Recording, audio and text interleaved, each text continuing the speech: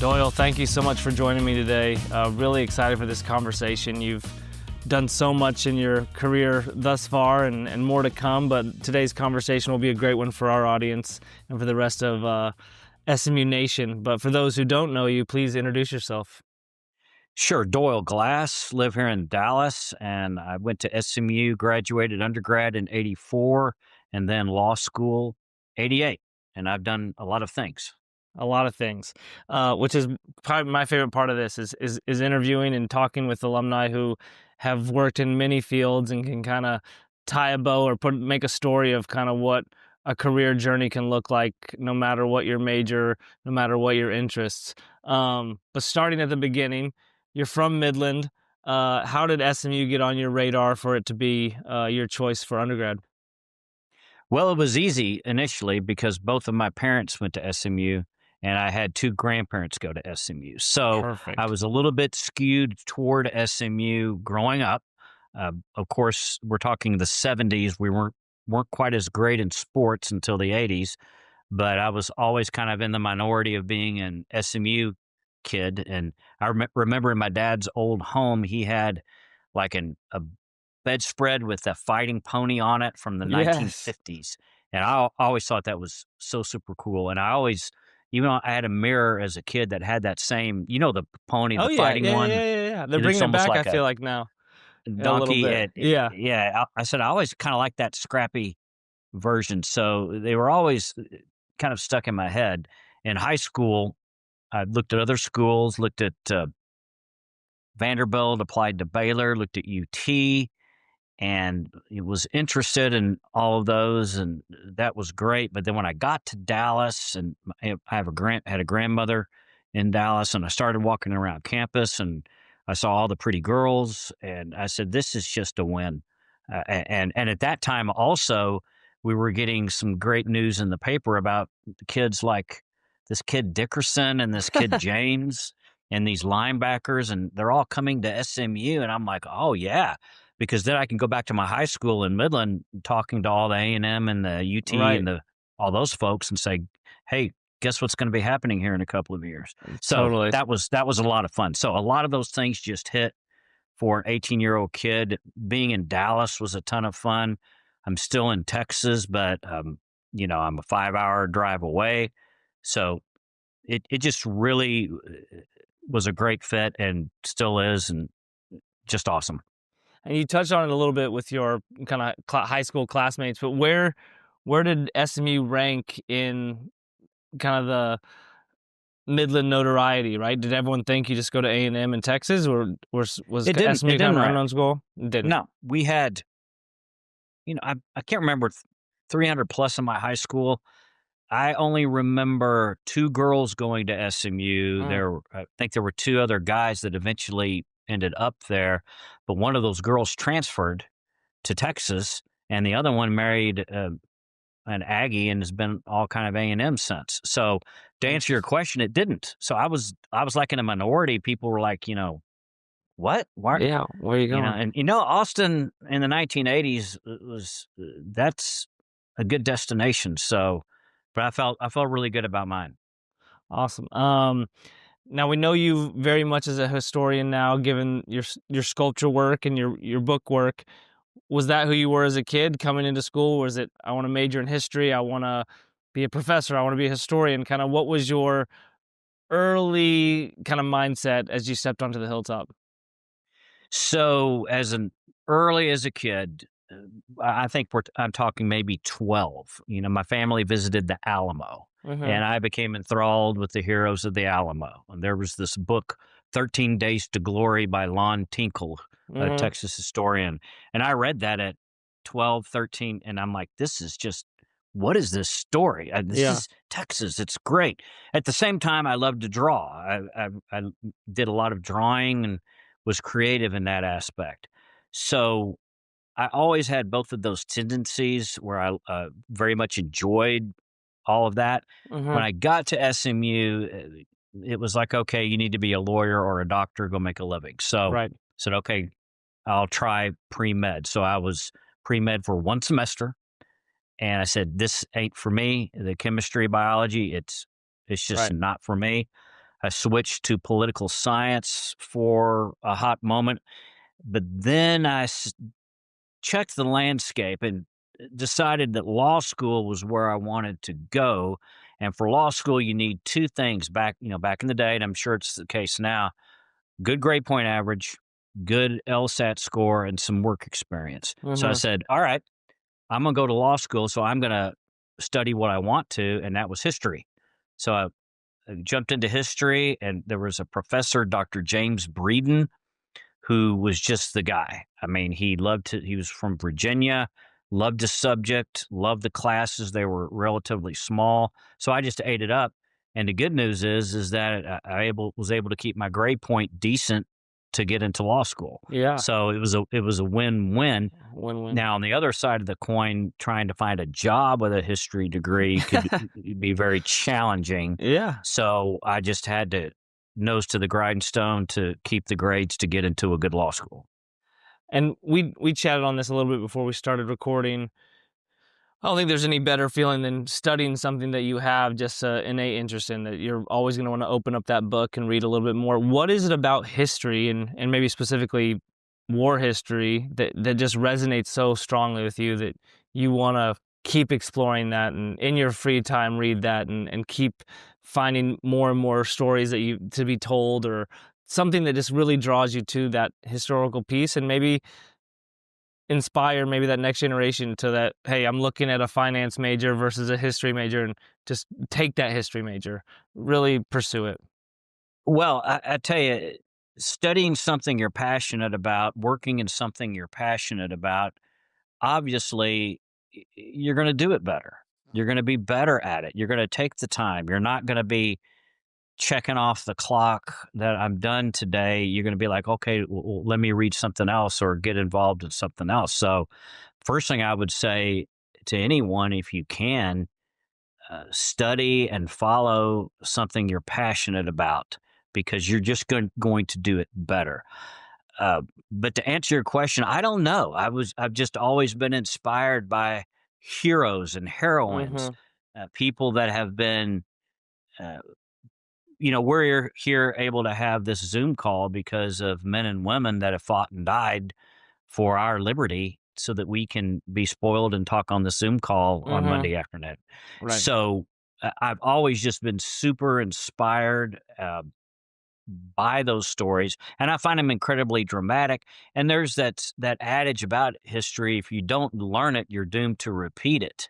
And that's why everyone should study history. Everyone, Agreed. the books about Vietnam that I wrote, but for those veterans trusting me with that story, the story would not be here 100 years from now. Right. So, so those are the two things. I'm just passionate about it. I just love reading about it. It's fun to me, and it's important. It's important. So, to that finance major, it's great. If you want to major in finance, that's awesome. Maybe go get a history minor, or Mhm. maybe do a double major. Yeah. Do a double major, because you're just going to learn, and you're going to learn about our country and the world and people that have been in dire straits and have overcome. So hopefully that Yeah. answers your question. No, it does. I not to get too away, but I worry about history and its ability to be told, without authors like you who are spending the time and sharing these stories, right? You hear all these things about AI, and we're so dependent on computers. They're gonna just, we're gonna take that for granted, and we're just gonna be takers of the data and information that's given to us, and maybe we no longer have those people who are taking the time to do the research, to meet the people, and have those stories live on, because we blink and it's 100 years later, so much can be forgotten. Well, and to your point, you said something interesting just now, is that we're consumers. We just take in the information. That's one thing I would say. First half of my life, I'm a consumer. I'm a consumer of everything. Entertainment. What am I giving back? Mm-hmm. What what where in this am I what's the opposite of consumer? Not giver, but Creator. active Yeah.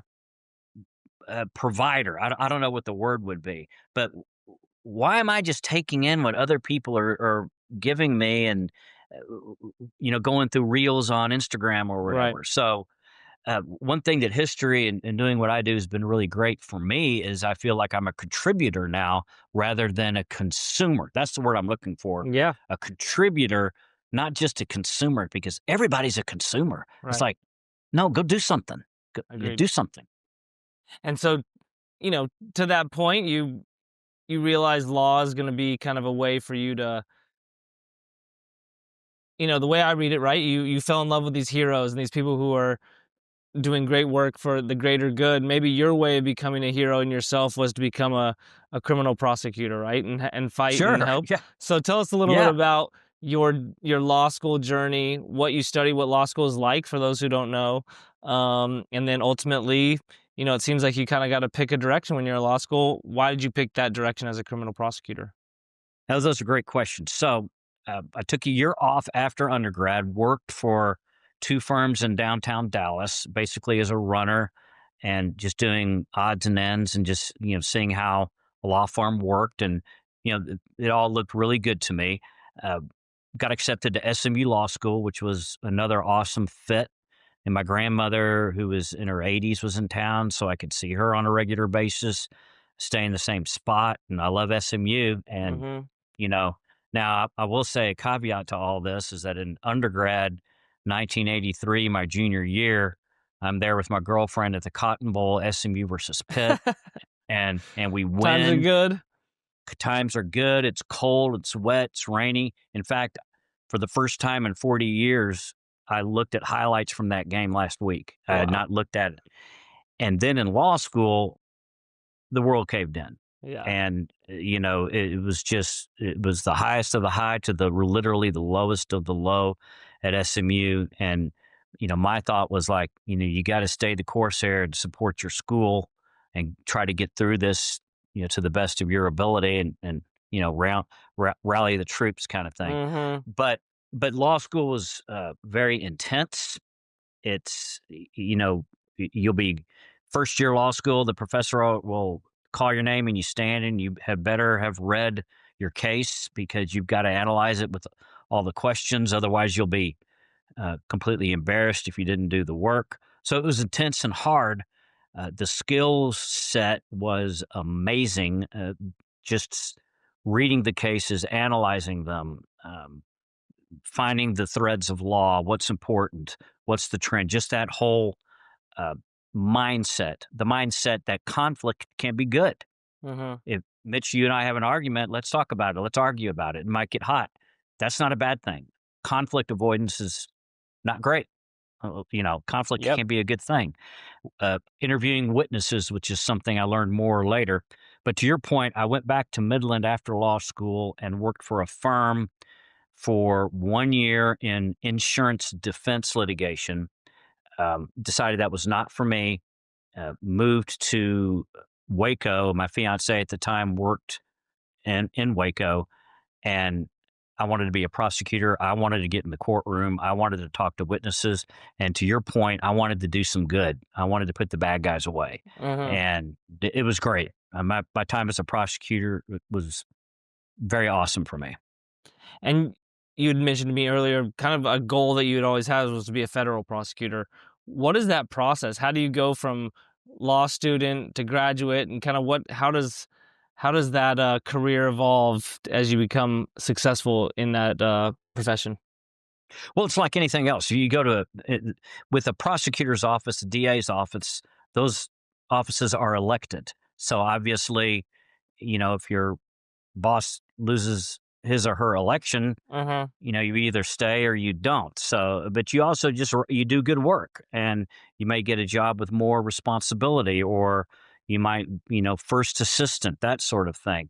And for the federal job, it's more of the same. Is the job available? Have you done enough good work and Mm. experience and have a good enough track record to do that? So when I was on that track, I took a job prosecuting financial crimes because knowing how to do that is something that a federal prosecutor Need to know. would need to know. And that was around that time, mid 30s, I got divorced, had a small child at home, and was in a position where he was going to be raised by a nanny with two working parents. And I said, I need to pivot here. I need Mhm. to be around for my son. He's already in a divorced household. So I said, I need to give something up. And so I gave up. And it was very hard to do. I mean, I'm sure. like I say, I really enjoyed my time as a prosecutor. I really, really did. But Do any cases stick with you right now that you kinda go back to that are ones that were really impactful to you, or ones that have taught you lessons that you know, still use to this day, with whether it's parenting or career advice or just your own personal kind of methodology, that these cases really resonate with you? well, I was fortunate enough to be a part of some cases where I put some really bad guys away. Mhm. And there was one in Waco, a defendant who was a serial rapist Mm. and raped college girls and was just a really, really bad guy. Unfortunately, with the state pen at that time, it may be different now, was that they didn't get the time that they deserved. They were Mm. released because of overcrowding. But for some of those cases, like that rapist, there was a killer in Eastern Kentucky when I lived in Kentucky, where these were types of people that would repeat their crimes. Mhm. And those two individuals, I don't want to say their names because I don't want to give them any kind of notoriety. I hope they're Mhm. dead, frankly. Uh, it was very impactful for me, as especially the father of two daughters, to put those kind of people away, and hopefully they're put away forever. So Absolutely. that was, and that's one reason I Yeah. regret not being part of it anymore, was to be able to put those kind of people away. And you see how important that role is in society. Those people who give up potential bigger, lucrative law jobs to be criminal prosecutors. As we move into kind of your next phase, what advice, or how would you tell those people maybe looking at a career in criminal prosecution and law, that you would share, or kind of knowing that you loved it for your 12-year career, and how should they think about it? But what are you passionate about? What are you passionate about? And usually, if you're passionate about something, you're going to do it well. Right. So that's right there. I love talking in front of a jury. I love cross-examining witnesses, and I love the fact that I'm doing something good in the world. So you're going to have to look at yourself in the mirror when you turn 60 and 70 and say, what did I do? Now, if you provide for your family and put food in them, food in your children, that's incredible. Uh, but whatever it is, and prosecution was awesome. It's on the low end of the pay scale for any law job. Hmm. But to me, knowing that I helped some people really redeems that for me. I love it. And then, we touched a little bit more on passions that you had growing up, and that passion piece is going to be remain a consistent theme for us here.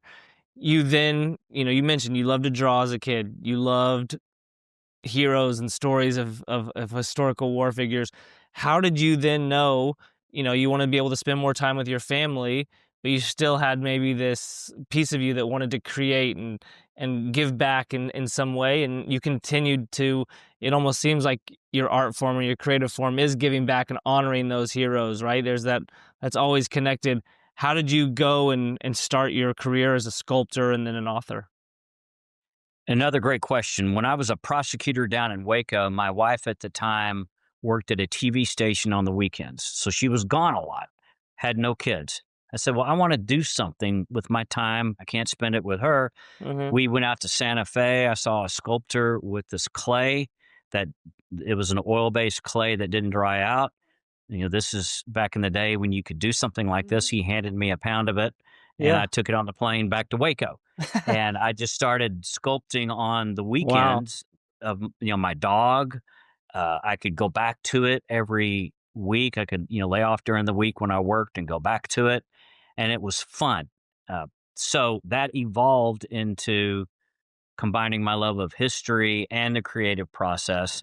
And I'm not even sure where the idea came from. Maybe some monuments in Europe to Hmm. to some great heroes. There's a great statue of George S. Patton, I believe in France, or it could be in the United States. And I just thought, I want to do that. That's Wow. really cool. And so, we talked earlier, there was a veteran cemetery near my house in Louisville, and I went out and found this kid who had earned the Medal of Honor in Italy in World War II and who was killed. I found his grave, and that was just an awe-inspiring moment. And I thought, I want to sculpt this kid and have it represent everybody from this state. And that's Wow. exactly what I did. And I just started knocking on doors and talking to people, and finally spoke with the county judge in Louisville who said, yeah, that's a great idea. And he found the spot and was able to get the funding. And it's a funny story because I got divorced around that time, and I had a empty living room in my house. So I got divorced, was spending more time with my son, empty living room. Well, that living room became my studio, and I didn't know it, but I didn't have any drapes because they were gone also. But people walking by at night, walking their dog, could look in and see this guy Watch you working. sculpting something. What is he doing? Boy, he's gone crazy. And but I used that to create that It's statue, and amazing. it was dedicated right after 9/11, which was a surreal moment. And then I did it again in Texas for a Medal of Honor recipient from Midland. So once again, incredible experiences. Uh, but what I learned from those was that there are so many stories that need to be told. I can't do a statue of every hero. Right. It's not going to work. Right. So I said, I want to start writing. So Wow. I was inspired by the stories of those people to start writing. And then I thought, well, what am I going to write about? And I grew up during the Vietnam War. I'm older than you. And I remember all of that, too young to serve, but I remember how we left the war. It's now 50 years since it was over, and how our men were treated. They weren't treated well when they came home. I was inspired by Band of Brothers, which is a book about paratroopers in World War II, Saving Private Ryan. And I just said, well, this is my time. This is what I need to write about. There are so few stories about people who fought combat in Vietnam. There are a lot of movies with kind of a political bent to all of that. I said, no, I just want the story of the guys that were there to tell me, to get that on record like Stephen Ambrose did with Band of Brothers. And so that's what I set out to do. So I stopped the sculpting and started the writing. Incredible. So first, I imagine there was some innate ability to be a good sculptor, right? I imagine if I took a ball of clay home and I started, even if I wanted to create the most simple, it would still look like a ball of clay. You had some artistic talent, I imagine, that allowed that to happen, or is that something you just worked at to make it, and just with the hours at the clay helped? I would say it's something that I really enjoyed. So was I good at it to begin with? No, I was not. Did I learn to get good at it? Yes, I did.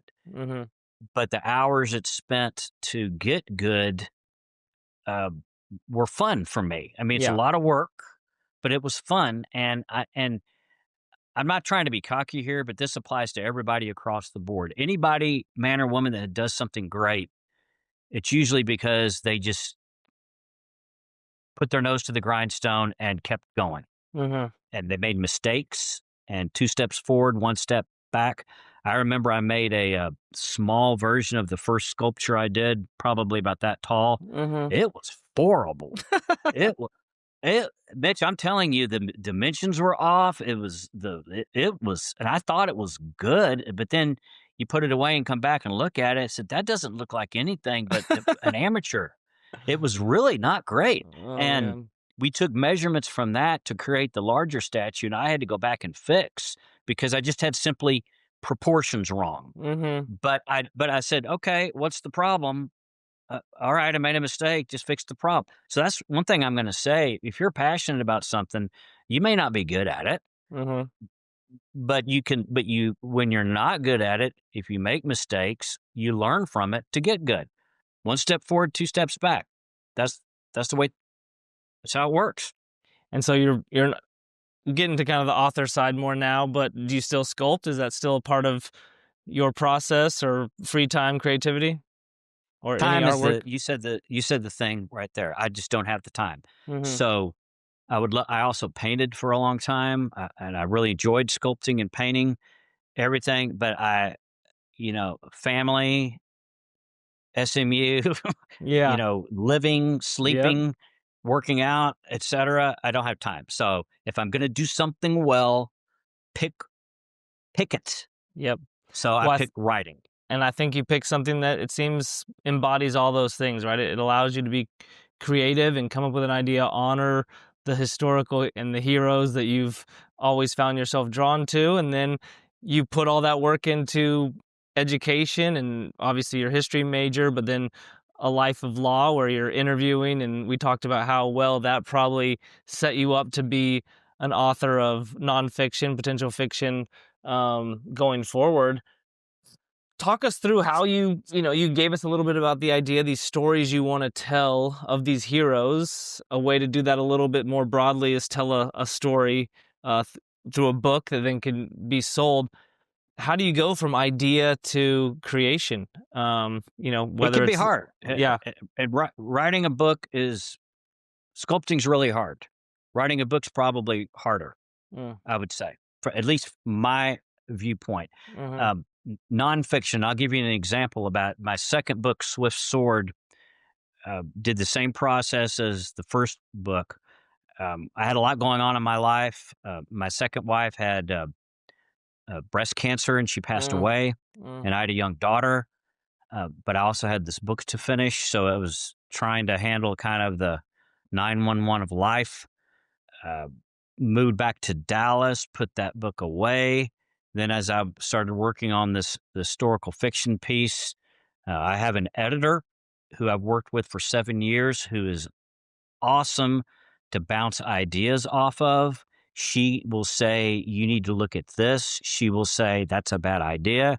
She's like if you're on a cruise ship, she's the navigator mhm, of that. So one key piece of advice is that seek others' advice of someone who you respect mhm. that has a good head on their shoulders, because it'll provide you, with perspective. But that first book, Swift Sword, I went back to it in 2022 and I looked at it and I read the first sentence and I said, "This sucks." I mean, this is not what I wanted to create. Yeah, I had a lot going on back then, but there's something hugely missing here. Mhm, And it's an incredible story, but it sucks. It's boring. It's dry. mm. And why is it dry? Well, think about it. It's me telling the story. Okay. A nonfiction story. And then it hit me. The veterans needed to tell the story. I needed to set it out and Mhm. then put their words. So if you read the book, you're going to see veteran quotes in italics. They made the book. I had all of these interviews Mhm. stored in the cloud in my mailbox on my Mac email. I had lost the hard copies of all these interviews. Oh, Literally half of those guys had died. They passed wow. away because these interviews were conducted in the O's, the Mhm. 2000 to 2010. Mhm. But I went back, rewrote the book, put their words in, and it made it. It made it. So that's what I'm trying to say is that Yeah. mistakes will happen, roadblocks will happen. Evaluate it, look at it, think about it. What's missing? That's where law helps come in. And then literally 24 hours after I started to think about it with a fresh eye, I realized what was missing. And then it made the book, and it's a great book. So your first two books are kind of point in time Vietnam War operations, interviewing those involved and directly telling that story, right? Your newest book, tell us a little bit more about that and how, what was it, a scary change to write something different in terms of style and preparation, or was that an exciting adventure, and kind of lead us It, into what we can expect in that next book? well, it's scary and exciting. It's both. But I knew I had written two nonfiction books about the Vietnam War, and those are several years. I mean, we're talking 5+ years for both getting the interviews, getting the story, did it. Then that creative part comes in, and it was like, okay, I still love history. I still want to honor a real life hero, but I want to be more creative here. So I thought, all right, I'm going to find somebody that I can drop into their skin, find everything I can about that person and how they lived, and try to view their world through their eyes by me saying, I picked up the Luger, or Yeah. I saw the Nazi or whatever. And that was like, wow. I mean, that was very, very cool. But to your point, it's hard and it's scary and it's challenging. And that's where my editor, Cindy Christie, if she reads this, sees this, uh, I've never met her in person. It's all Zoom, but we go back and forth on ideas, looking at the research. She says this, I say that. And it's a very good collaborative process for her to point things out to me. Then when you have a manuscript, and this book, the historical fiction one that I've just finished, that's now going to be out there very soon, that took 7 years. So that's a long time. That's a long time. You then go to a beta reader where I would say, Mitch, here's my rough transcript. Could you take a look at it and let me know what you think? And you would then look at it and say, Doyle, I like where you're going here, but you didn't quite hit the mark, or this was a distraction, or why did you have this scene in here to get that impact? Or, you know what, your beginning's boring. And when you write or do anything creative, you need to have a thick skin, and you really need to take constructive criticism, because you're only one person that can, you can get tunnel vision. But if you go Mitch, or Mitch goes, yeah, I can see how that opening scene's important to you, Doyle, but you know what? I felt I wanted to go to sleep. So that means I didn't hook you. Right. So that means I need to make a change. So incredible. It's this kind of back and forth that it's actually very exciting, because at the end of the day, you really feel like you've got something that's cool. And can you tease a little bit about maybe the name of the new book, kind of time Sure, absolutely. fans can expect it, and what it's about? The name of the book, current name, unless we change it, and we're out, it's out to acquisition editors and publishers now. It's called Code Name Lionel. Okay. Lionel was the code name for a French operator with the British Special Operations Executive. That's the team that Churchill put together to go undercover in occupied territory during World War II to bomb and blow things up and to kill people. Heinrich Heydrich, I think that was Heydrich's last name, was the SS guy in Prague, Czechoslovakia. He was assassinated by Czech SOE agents in Prague in 1942. So this guy, my hero, is a true guy. And don't go Google him. Don't look at Wikipedia. Don't do any of that. I'm telling you guys now, because it's a plot spoiler for the book. Wait for the book. His name was Robert Benoist, Benoist. He was a World War I fighter pilot in France. He's a Frenchman. Between the wars in the 1920s and 30s, he became a Grand Prix world champion. He's your F1. He's your Lewis Hamilton of his day. Then he turns around and wins the 24 Hours of Le Mans for Bugatti. What? Then he becomes a Bugatti executive. I mean, he's top in the Bugatti company in 1940. He's almost 40 years old. He's an old man for the day. Man. But Mitch, it's like, I don't know, Matthew McConaughey. Everybody knows him. Right. Okay. And he decides to go be a secret agent undercover to go blow stuff up in occupied France with the Gestapo staring at him. So that's this guy's story. And he didn't have to do that. He could sit back in his office in Bugatti in occupied France, right, and wait out the war. He didn't. He risked life and limb to fight for France. So it's a very cool story. Oh my gosh, I can't wait for it to come out. And, this has been such a fun conversation, and we're going to have you as time permits, speak to our group when this book comes out. But Doyle, thank you so much for sharing your time, opening up to us about your career journey, what it takes to be a prosecutor, artist, and author. So thanks for all you do, and we're lucky to have you and as an SMU alum. It's great to be here. Thanks, Mitch, for having me. I really appreciate it. We'll see you soon. This episode of SMU Stories is made possible by our incredible sponsors, Security National Bank, Hilltop Property Tax, SMU Cox School of Business, Mignon Steakhouse, and Sound of a Rose podcast.